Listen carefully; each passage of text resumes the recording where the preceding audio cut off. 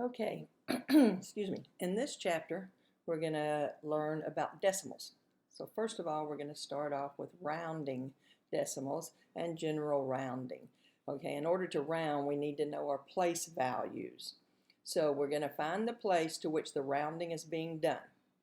This says draw a cutoff line after that place to show that you're cutting off and dropping the rest of the digits. That's only for decimal place values. Right, if you're rounding whole numbers, you change those digits to 0. Look only at the first digit you are cutting off. If this digit is 4 or less, the part of the number you are keeping stays the same. If this digit is 5 or more, you must round up the part of the number that you are keeping. So it says you can use this is the approximate symbol, to indicate that the rounded number is now an approximation. Close, but not exact. It means approximately equal to.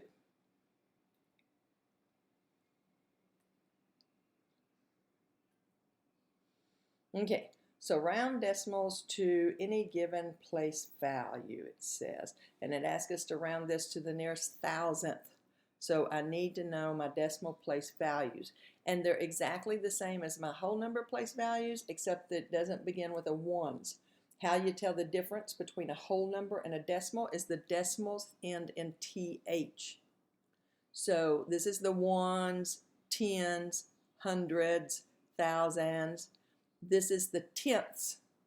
There's not a once because these are fractional numbers, right? If that was just 14.3, that's the same thing as 14 and 3/10, right? 14.39 is 14 and 39 hundredths. So if we had a once, oh, that doesn't make a fraction, right? So it starts with tenths. Tenths, hundredths, thousandths, 10,000ths, 100,000ths, millionths, etc., etc. So first of all, we find the nearest thousand. Now they said draw a line between the numbers. Here's what I do. I find the thousandths, tenths, hundredths, thousandths, and then look immediately to the right. If that number is 5 or bigger, this is going to go up by 1. So everything before our digit that's underlined stays exactly the same. And then this digit will either stay the same or go up by 1. And since that number is 5 or larger, it goes up by 1.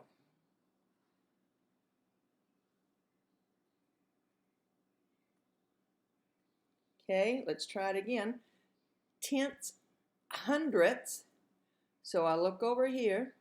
That number is bigger than 5, so this is going to go up by 1. But think about what that means. If it's 9 and it's going to go up by 1, so I can think, oh, well, then it's going to really change to a 10, which means that 1 will carry over here. Or you can think of, hey, this is 69 that needs to go up by 1, which would be 70. And I do need, if I've rounded it to the hundredths, I need to include that 0. Because if I don't include the 0, like that's to the tenths. So I want to see that level of precision that is rounded to, now that's to the hundredths.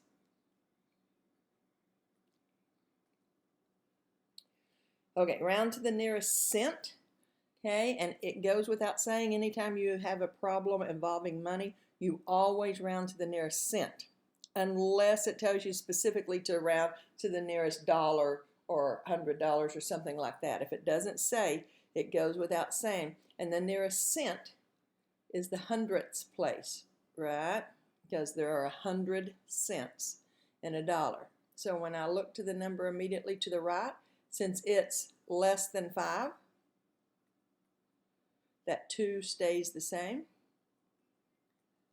and that's rounded to the nearest cent. Okay, now this one tells us to round to the nearest dollar, so that indicates, that says the nearest $1, right? Not the nearest $10 or $100. So here's the ones. I'll look immediately to the right, okay, because that number is 5 or larger. The 8 is going to go up to a 9.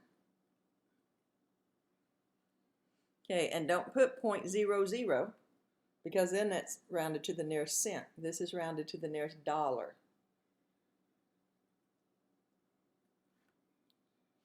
Okay, so now we're going to talk about adding and subtracting decimals. So when we have decimals, we write the numbers in columns with the decimal points lined up. Okay, if there are missing any place values, you want to add in some zeros so that we have the same number of decimal places. That's not important so much on adding, but it is extremely important on subtracting. So we're just going to do it on everything just so we remember, right? Oh yeah, that's just a step. Line up the decimal point in the answer directly below the decimal point in the problem. Okay, so find the sum, that means we're adding, of these two numbers. So I put them in a column by lining up the decimal point. Okay, and we got to make sure our columns are straight. And then wherever that decimal point lines up, that's where it's going to go in the answer. It has to be lined up. And then just add like normal. 4 plus 2 is 6. 9 plus 3 is 12. So carry the 1. So 7 plus 8 is 15. And 4, 5, 6. Okay, it's real simple. We just got to remember to line that decimal point up when you're adding or subtracting. Okay, so now I'm adding 5.897, 4.632, and 12.174. Okay, so I want everything to have the exact same number of columns, and I know my decimal point in the answer will go right there. Okay, so 7, 9, 10, 11, 12, 13. Okay, so there's 10, and 10 is 20. So there's 10, 16, 17. 6 and 4 is 10, 12. And 1 and 1 is 2.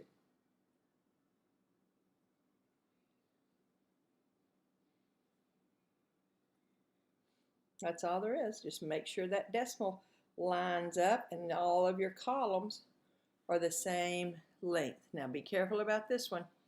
I don't see a decimal in that 9. That means it looks like this, right?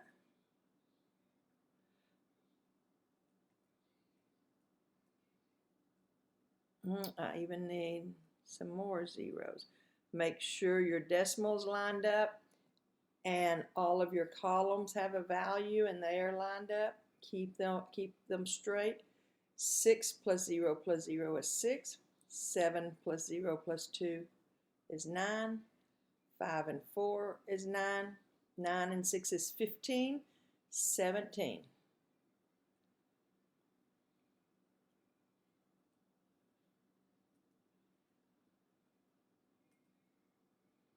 Okay, now this one says find the difference. Okay, now remember, if we use the word difference, then wherever the and is, that's where our minus goes. So this is 28.93 minus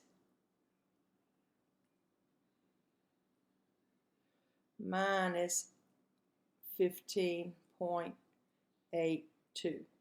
Decimal must line up, and whether you're adding or subtracting, that's where it'll go in your answer. 3 minus 2 is 1. 9 minus 8 is 1. 8 minus 5 is 3. 2 minus 1 is 1.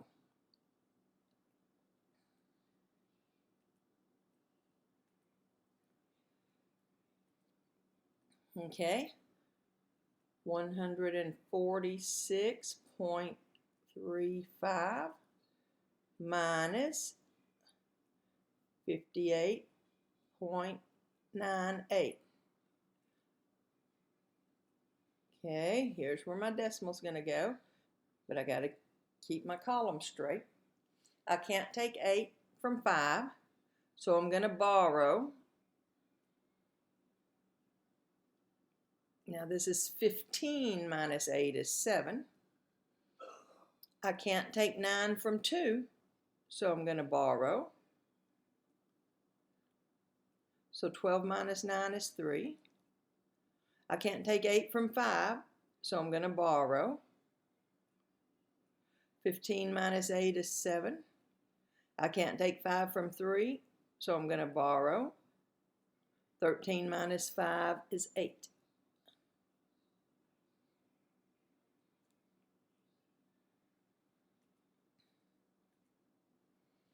Okay, be careful about this one. Subtract this from this. So this number goes first. Which, by the way, when we're subtracting decimals, we always have to put the big number first. Now, you may have to figure out what your sign is, but the big number always goes first. Okay, my columns are straight, so that's where my decimal is going to go in the answer. 2 minus 0, 6 minus 0. I can't do 3 minus 5, so I'm going to borrow. And now that's 13 minus 5 is 8. 7 minus 6 is 1, and 2 minus 1 is 1.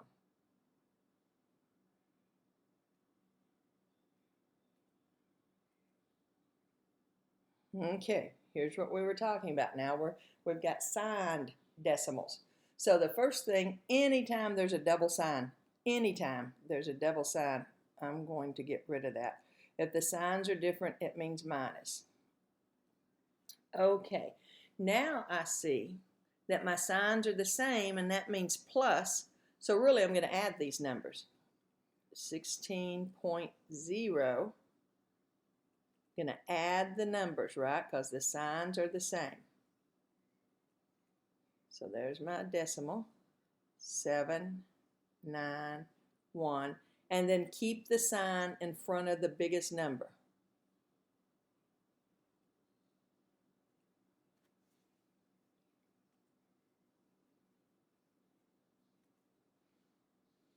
Okay. This says find the sum. And notice I am, it is a sum. I'm adding two numbers. But because the signs are different, that means minus.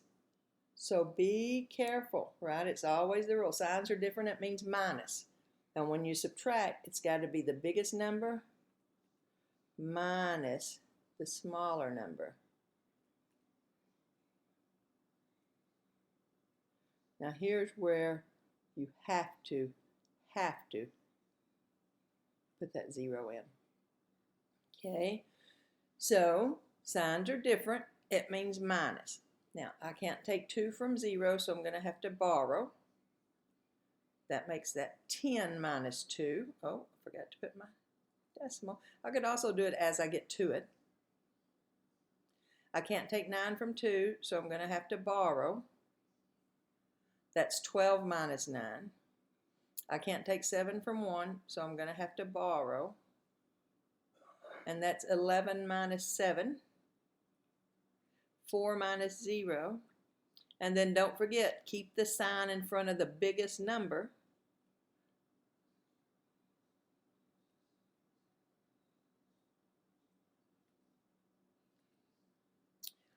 Okay, find the difference. Okay, but it's given me the problem. I don't have to figure out where to put my minus, but double signs, get rid of them. Signs are the same. That means plus. Now, these are different signs, so really that means minus. I'm going to subtract these numbers.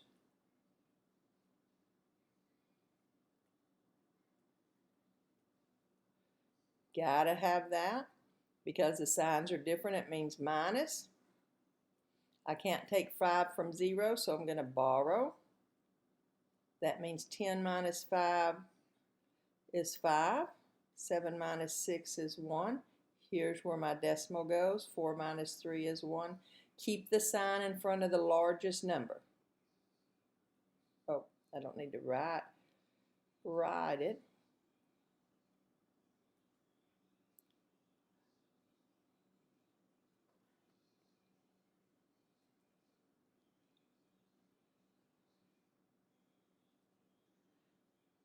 Okay, what do we got to do first here? Because this is a multi-step problem. You're right, inside parentheses first. So I've got 1.69 plus 0.48. There's where my decimal's going to go. 9 and 8 is 17. 6 and 4 is 10, 11. And 1 and 1 is 2. And this is where my decimal goes. Okay, now that means this problem is now 14.2 minus 2.17, right? This right here was 2.17. So 14.2 minus 2.17. Gotta have that placeholder. Okay, this is where my decimal's going to go. Can't take 7 from 0, so let's borrow. 10 minus 7 is 3. 1 minus 1 is 0. There's my decimal. 4 minus 2 is 2. 1 minus 0 is 1. And that was my last step.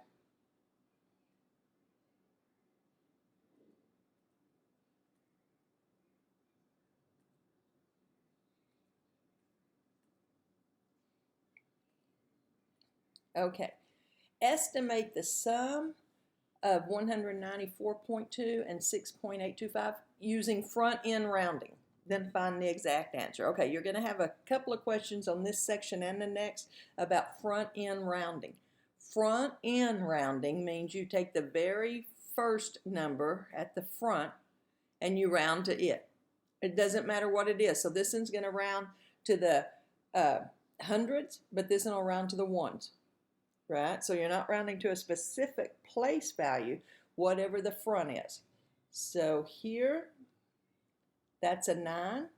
Since it's 5 or larger, that's going to go up by 1. And you fill in zeros to the decimal, drop the decimal point. This is a 6. This number is larger than 5, so it's going to go up to a 7.